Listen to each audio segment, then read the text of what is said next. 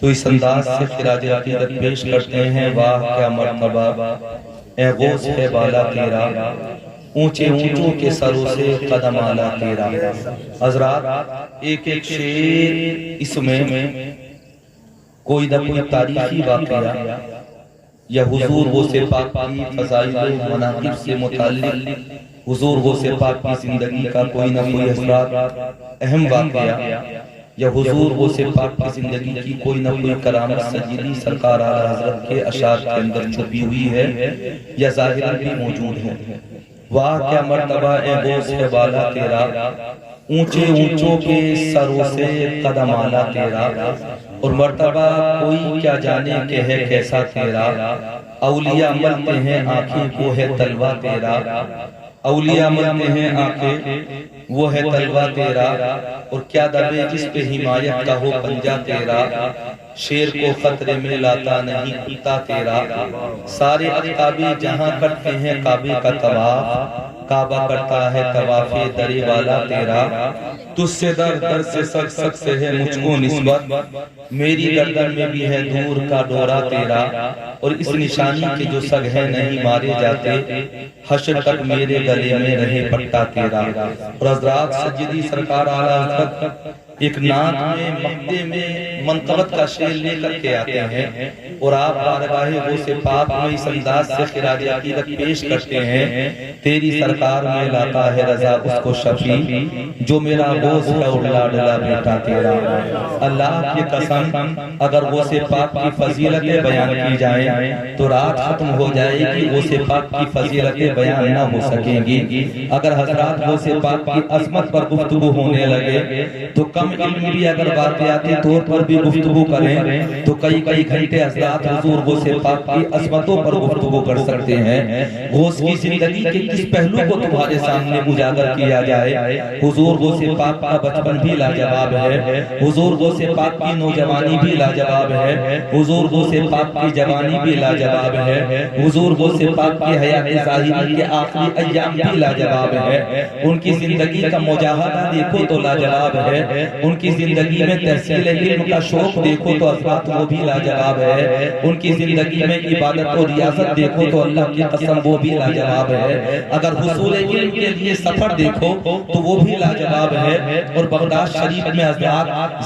حصول تحصیل علوم میں جو آپ حضرات نے ابتدائی دن گزارے، اللہ اللہ اگر ان کا مطالعہ میں اور آپ حضرات کرنے لگے تو سوچنے پر مجبور ہو جائیں گے کہ حضرات کبھی درختوں کے پتے کھانے کے بعد علوم شریعت حاصل کر رہے ہیں حضور غوث پاک، کبھی حالات یہ ہے کہ ادھر ادھر پڑے ہوئے سبزیوں کے ٹکڑے مل جاتے ہیں یا سبزیوں کے پتے مل جاتے ہیں تو انہیں کھانے کے بعد حضور غوث پاک حضرات پیٹ بھر کر کے علوم شریعت حاصل کرتے ہوئے نظر آ رہے ہیں۔ حضور غوث پاک کی زندگی کا معاملہ یہ کہ کئی کئی سال جنگلوں کے اندر بھٹکتے رہے، مجاہدہ کرتے رہے، اور حضرات محترم اللہ تبارک و تعالیٰ کی بارگاہ میں کبھی پہاڑوں کی کھو میں جا کر، کبھی درختوں کی اوٹ میں جا کر، کبھی حضرات درختوں کی جڑوں کے قریب بیٹھ کر، کبھی درختوں کی چھاؤں میں بیٹھ کر کے حضور غوث پاک اللہ تبارک و تعالیٰ کی عبادت کر رہے ہیں۔ اللہ کی قسم ان کی زندگی اٹھا کر کے دیکھو حضرات، ان کی زندگی اٹھا کر کے دیکھو گے عجیب حالات نظر آئیں گے، کبھی حضرات فاقہ کشی کا دور ہے، کبھی قحط سالی کا زمانہ ہے، اللہ کی قسم کبھی بھوک مری کے دور سے گزر رہے ہیں حضور غوث پاک، لیکن پھر بھی صبر دیکھو، سبت دیکھو کہ بغداد کو نہیں چھوڑا۔ اس زمانے میں کہ جس زمانے میں حضرات بڑے بڑے دولت برداشت چھوڑنے پر مجبور ہو گئے، ان لوگ کہنے لگے جو بغداد میں رہیں گے وہ بھوک کی وجہ سے مر جائیں گے، قحط سالی کی وجہ سے مر جائیں گے، جب کھانا نہیں ملے گا تو حضرات لوگ بھوک کی وجہ سے بغداد کے اندر دفن ہو جائیں گے، لیکن حضور غوث پاک پھر بھی حضرات بغداد میں ڈٹے رہے اور حضرات علوم حاصل کرتے رہے۔ کبھی آپ نے علوم شریعت حاصل کیے، کبھی آپ نے علوم طریقت حاصل کیے، اور اللہ کی قسم حضرات علوم طریقت آپ نے حاصل کیے اس میں بھی آپ لاجواب ہو گئے، علوم شریعت آپ نے حاصل کیے، اس میں بھی آپ لاجواب و بے نظیر ہو گئے، اور اللہ تبارک و تعالیٰ نے آپ کو حضرات ایسا مرتبہ و مقام عطا فرمایا، ایسا مرتبہ و مقام عطا فرمایا کہ اللہ کی قسم قیامت تک ولی تو بہت پیدا ہوں گے، اوتاد تو بہت پیدا ہوں گے، اجیاد تو بہت پیدا ہوں گے، اتقیاء تو بہت پیدا ہوں گے، اصفیاء تو بہت پیدا ہوں گے، ابدال تو بہت پیدا ہوں گے، اللہ کے ولی تو بہت پیدا ہوں گے، لیکن اے لوگوں سنو، قیامت تک کوئی دوسرا غوث اعظم پیدا نہیں ہو سکے گا۔ اس کی وجہ یہ ہے کہ اللہ کی قسم اگر اللہ نے روئے زمین پر کسی کو غوث اعظم بنایا ہے، کسی کو ولیوں کا سردار بنایا ہے، تو وہ کوئی اور نہیں ہے بلکہ وہ بغداد کا غوث اعظم جیلانی ہے۔ اللہ اکبر۔ یہ بات، اور دیوانہ تو دیوانہ ہوتا ہے، دیوانے کی نظروں کو جہاں دیکھ رہا ہے، دیوانہ خدا جانے کہاں دیکھ رہا ہے، اور دیوانے کو تحقیر سے دیوانہ نہ کہو، دیوانہ بڑی سوچ کے دیوانہ بنا ہے، یہ تو اپنا اپنا جذبہ ہوتا ہے۔ حضرات کبھی کبھی ایسا ہوتا ہے کہ آواز سننے میں کبھی کبھی ایسا ہوتا ہے، بڑی عجیب سی محسوس ہوتی ہے، لیکن اللہ کی بارگاہ میں وہ بڑی مقبول ہوتی ہے، یہ تو اللہ ہی جانے کہ اللہ کس کی آواز کو اپنی بارگاہ میں پسند فرماتا ہے، کہ پروردگار عالم کسے نوازتا ہے۔ حضور غوث پاک کی زندگی کے واقعات بیان کیے جائیں گے، اور انشاءاللہ حضرات اس طرح کے واقعات بیان کیے جائیں گے جو بڑی آسانی سے آپ حضرات کی سمجھ میں بھی آ جائے، اور بڑی آسانی سے آپ حضرات کے دلوں میں اتر بھی جائے۔ اللہ کی قسم حضرات، روئے زمین پر کوئی بھی پیر ایسا نہیں ہے کہ جس کی حضرات ہر مہینے میں فاتحہ ہوتی ہے۔ واہ واہ واہ واہ، بے شک کوئی پیر ہے تو وہ غوث اعظم جیلانی ہے۔ ہر مہینے کی عربی، ہر مہینے نیاز، اور آپ ہر مہینے کی بات کرتے ہو، میاں ہر پیر کو بھی تو نیاز ہوتی ہے حضور غوث پاک کی، اور ہر جمعرات کو بھی تو نیاز ہوتی ہے حضور غوث پاک کی۔ اگر آپ سے کوئی پوچھنے لگے اے دیوانو ایک بات بتاؤ، کبھی کبھی تم جمعرات کو غوث پاک کی نیاز لگاتے ہو، اور کبھی کبھی تم پیر کے دن غوث پاک کی نیاز لگاتے ہو۔ الحمدللہ حضرات اسٹیج کی رونقوں میں اضافہ ہو گیا۔ لائق صد احترام جناب قاری سخاوت حسین صاحب منبر رسول کی زینت بن چکے ہیں، ان کے بھی چہرے کی آپ حضرات زیارت کیجئے، میرے بڑے عزیز ہیں، آپ حضرات کی بستی کے رہنے والے ہیں، لیکن حضرات میں ان کی دل سے قدر کرتا ہوں، اللہ انہیں سلامت رکھے۔ حضرات سنیے، کبھی جمعرات میں غوث پاک کی فاتحہ، کبھی پیر میں غوث پاک کی فاتحہ۔ اگر تم سے کوئی پوچھنے لگے آخر معاملہ کیا ہے، گیارہویں آتی ہے تب تم غوث کو یاد کرتے ہو، پیر کا دن آتا ہے تب تم غوث پاک کی نیاز لگاتے ہو،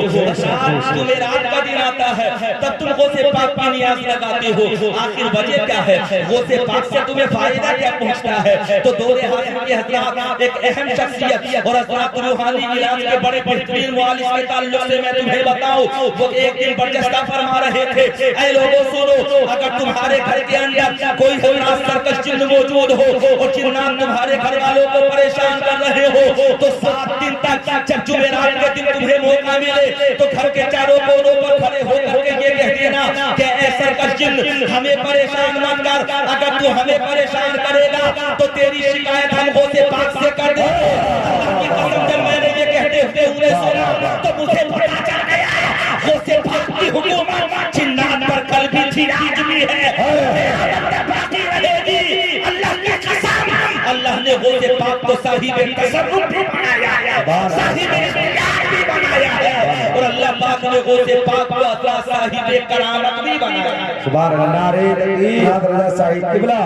سبحان اللہ سبحان اللہ۔ میں اور آپ حضرات کا طریقہ جانتے نہیں ہے، آج کے زمانے میں جو عورتیں مزارات پر جاتی ہیں وہ یہ سوچتی ہیں کہ مزار پر جانے سے ہی فائدہ حاصل ہوگا، مزار پر حاضری دینے کے بعد ہی فیض حاصل ہوگا۔ حضرات علماء برابر منع کرتے ہیں مزار پر مت جاؤ، کبھی کبھی پریشانیاں بھی ہوتی ہے، مجبوری کی وجہ سے مزار پر جانا پڑتا ہے۔ حضرات کچھ لوگوں کے اوپر یا کچھ عورتوں کے اوپر جنات کا اثر بھی ہوتا ہے، اس وجہ سے وہ مزار پر چلی جاتی ہے۔ کچھ مرد یہ کہہ دیتے ہیں بولے صاحب مزار پر نہیں جائیں تو کیا کریں، سرکش جن حضرات عورت کے اوپر حاوی ہو گیا، یا حضرات محترم کسی خبیث جن نے عورت کے اوپر اپنا تسلط قائم کر لیا ہے۔ کبھی کبھی یہ سوچ کر بھی تو لوگ پریشان ہو جاتے ہیں۔ نسخہ میں تمہیں بتا کر کے جا رہا ہوں، طریقہ میں تمہیں بتا کر کے جا رہا ہوں، اللہ کی قسم اگر عمل کرو گے تو حضرات محترم عورتیں مزار مزارات پر جانے سے بچ بھی جائیں گے، وہاں کے چکر بھی تمہیں نہیں لگانے پڑیں گے، بڑا آسان سا طریقہ میں تمہیں بتا کر کے جا رہا ہوں۔ اگر کسی کے گھر کے اندر حضرات گھر کے اوپر جنات کا اثر ہے یا کسی عورت کے اوپر کوئی سرکش جن یا خبیث جن مسلط ہو چکا ہے، اللہ کی قسم ایک حضرات مخصوص دائرہ گھر کے اندر بنائیے، اور مخصوص دائرہ گھر کے اندر بنانے کے بعد میں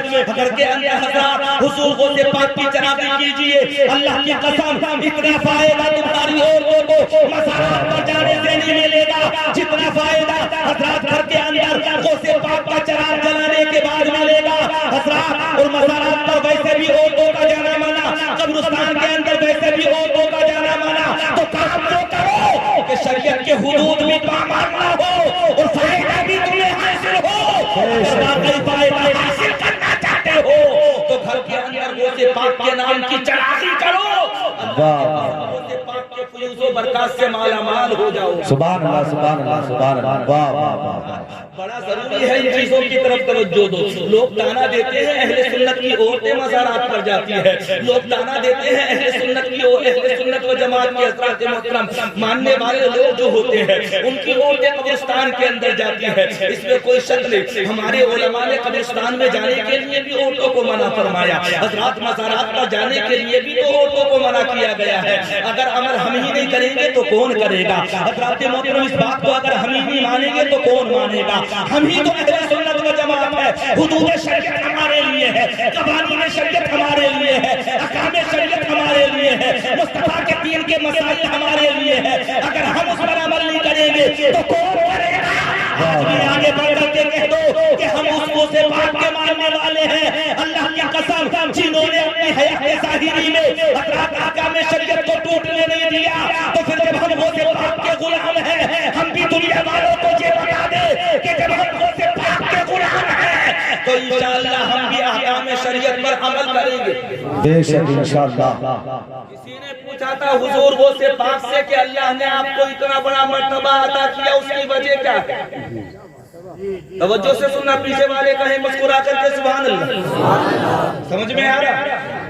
زیادہ لمبا بیان نہیں ہوگا، تھوڑی دیر سن لیجئے، اور اگر حضرات زیادہ وقت لگائیں گے آپ حضرات سبحان اللہ کہنے میں تو بیان بھی زیادہ لمبا ہو جائے گا، اس لیے مسکراتے ہوئے سبحان اللہ کہتے رہے۔ حضور غوث پاک سے پوچھا گیا تھا اللہ نے آپ کو اتنا بلند و بالا مرتبہ عطا کر دیا، آخر اس کی وجہ کیا ہے؟ کوئی نہ کوئی تو معاملہ ہوگا کہ اللہ نے آپ کو اتنی کرامتوں سے نوازا، پروردگار عالم نے آپ کو اتنے زیادہ فضائل و مناقب سے نوازا، تو جانتے ہو حضور غوث پاک کا ارشاد فرماتے ہیں، آپ ارشاد فرماتے ہیں اللہ نے مجھے اتنی فضیلتیں عطا کی، اتنا بلند و بالا مرتبہ عطا کیا، اس کی وجہ یہ ہے کہ میں نے اپنی ماں سے جو بچپن میں وعدہ کیا تھا اس وعدے کو میں نے نبھایا،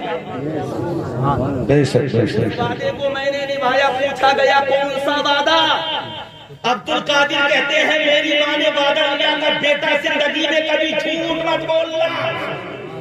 میں نے اپنی ماں سے کیا ہوا وعدہ وفا کیا،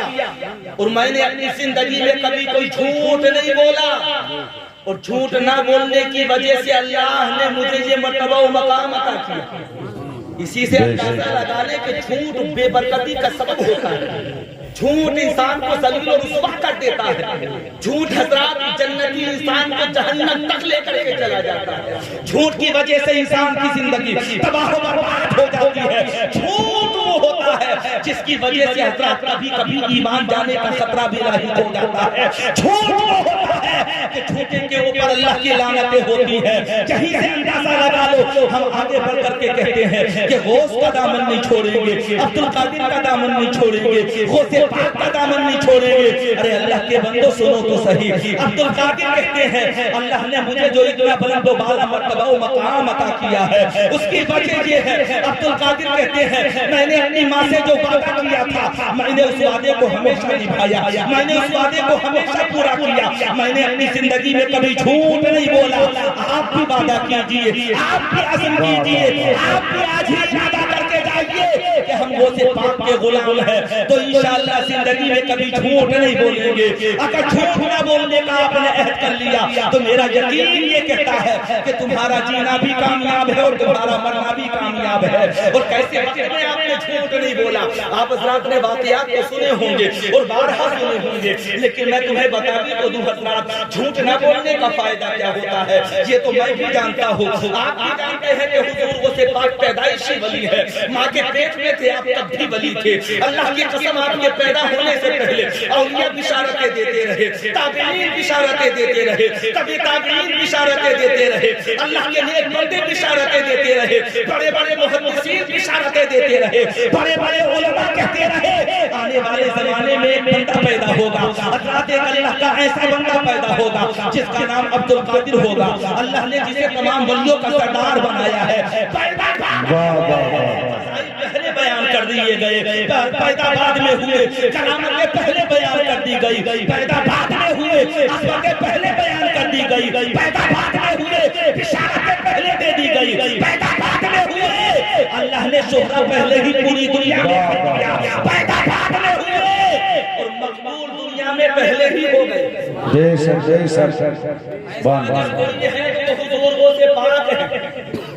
ایمانداری سے بتاؤ, لوگ کہتے ہیں کہ دنیا میں سب برابر ہے. اللہ کی قسم تم پیدا ہو تو یہ پتہ نہ چلے دنیا والوں کو کہ لڑکا پیدا ہوگا یا لڑکی پیدا ہوگی. حضرات ہم تم پیدا ہو تو حالات یہ ہوتے ہیں کہ کوئی اس چیز کی گارنٹی نہیں لے سکتا کہ جو پیدا ہو رہا ہے حضرات محترم اس کا مستقبل کیسا ہوگا, اس کی زندگی کیسی ہوگی, وہ نیک ہوگا یا برا ہوگا, وہ چور ہوگا یا بلی ہوگا, وہ پڑھا لکھا ہوگا یا بغیر پڑھا لکھا ہوگا, وہ امیر ہوگا یا غریب ہوگا, وہ حضرات ہوگا یا کالا ہوگا. کوئی زندگی کی ضمانت نہیں لے سکتا. لیکن عبد القادر کی زندگی تو اٹھا کر کے دیکھو, پیدا ہونے سے پہلے ویسے کرنی سے رب نے کہہ دیا کہ آنے والے وقت میں میرا ایک بندہ پیدا ہوگا جسے دنیا والے عبد القادر کہیں گے, اور میں اس کے اوپر اتنا مہربان ہوں کہ اس کی دعا کی وجہ سے اپنے محبوب کی امت کے نہ جانے کتنے گنہگاروں کی بخشش و مغفرت. اللہ کی قسم یہ مرتبہ و مقام ہے حضور غوث پاک کا. حضرات لیکن زندگی تو دیکھو, رہ گئی ہے سچ بولنے کا معاملہ تو اللہ کی قسم